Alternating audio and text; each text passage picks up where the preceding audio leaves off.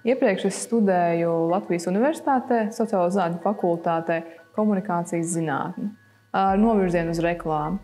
Un tieši tādēļ sanāca tā, ka iepriekš pirms šīs darba vietas esmu strādājusi privātajā sektorā, mārketinga aģentūrās, principā par grafisko dizaineru un tekstu autoru. Ārpus darba, kā hobijs, man jau visens ir zīmēšana un dažāda veida rokdarbi, kas man tajā mirklī, teiksim, tā interesē, kā arī fizikas aktivitātes, kas ir sporta zāle vai vienkārši kādas ārā sporta spēles ar draugiem vai, teiksim tā, kaut kādā kolēģu lokā, kā arī rūpēt par saviem 20 istabas augiem. Papildus tam es uzskatu, ka vienmēr ir labi izglītoties, tāpēc brīvākos vakaros pievēršos, teiksim, pašizglītībai, piedaloties kādos online kursos un kandidējas kaut kādiem varbūt papildus certifikātiem un jaunām zināšanām, kas varētu palīdzēt manos ikdienas darbos un manai komandai. Agrāk es strādāju privātajā sektorā, un vienā mirklī pienāca šī sajūta, kad man šķiet, ka es nejūtu kaut kādu atdevi pareizajā virzienā, ka bija vairāk nogurums un nebija īsti tāds personīgais ieguvums, ko es definēju kā kāda lielāka mērķa sasniegšana. Nolēmu, ka varbūt var pamēģināt publisko sektoru. Un es par to ieminēju saviem vecākiem, kad tāda ideja ir.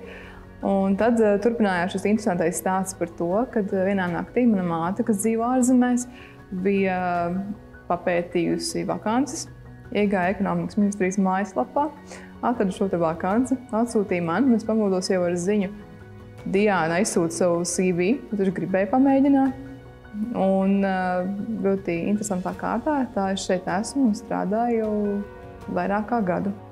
Ņemot vērā, ka man nebija bijusi pieredze ar publisko sektoru, man likās, ka šeit, kā varbūt daudzās ministrijās vai valsts iestādēs, varētu būt, teiksim tā, tīri birokrātiski, tas ir tikai tīri papīri, kaut kādas sausas sarunas, vai tāda diezgan tāda striktāka komunikācija un varbūt ne tik familiāra un draudzīga, bet atnākot šeit, es uzreiz jau sapratu, ka mana nodaļa ir tāda, kā teikt, ģimeniska un ir ļoti patīkami visiem komunicēt un ar katru dienu iepazinu vairāk un vairāk cilvēkus un sapratu, ka tā absolūti nav. Un ātri vienas iejutos kolektīvā, iepazinos ar visiem un jutos ļoti gaidīti un varu parunāt ne tikai par darbu, bet arī par kaut kādām ārpus darba aktivitātēm, pamainīties ar viedokļiem un patiesībā pavadīt pat kopā laiku, kā ar kolēģiem un kā ar draugiem. Jau. Ņemot vērā, ka es biju strādājusi privātajā sektorā, es diezgan labi varu salīdzināt un varu pateikt to, ka strādājot šeit, ir sajūta, ka tas darbs, ko tu dari, aiziet, teiksim, tādā valsts līmeņa labumā. Katra informācija, ko nokomunicē, jebkāds sīkums ir pasniegta informācija cilvēkiem, tautai, lai viņi labāk izprastu notiekošo. Tādējādi tas ir ne tikai tas, ka tas ir kā naudas pelnīšanas līdzeklis, bet tas drīzāk ir valsts līmeņa ieguldījums un tādējādi no tā nāk, teiksim, lielāka piepildījuma sajūta, vismaz man personīgi.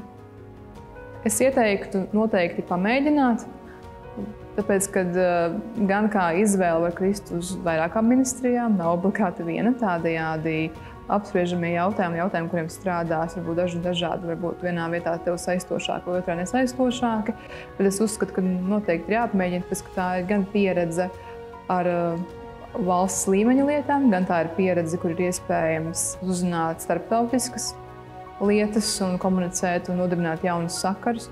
Tādēļ tā ir, manuprāt, tā ir ļoti, ļoti vērtīga pieredze, kuru vismaz būtu jāpamēģina, lai izjustu šo te sajūtu. Un ļoti iespējams kaut kāds iepriekšējais viedoklis varētu pamainīties, tā kā tas ar mani notika.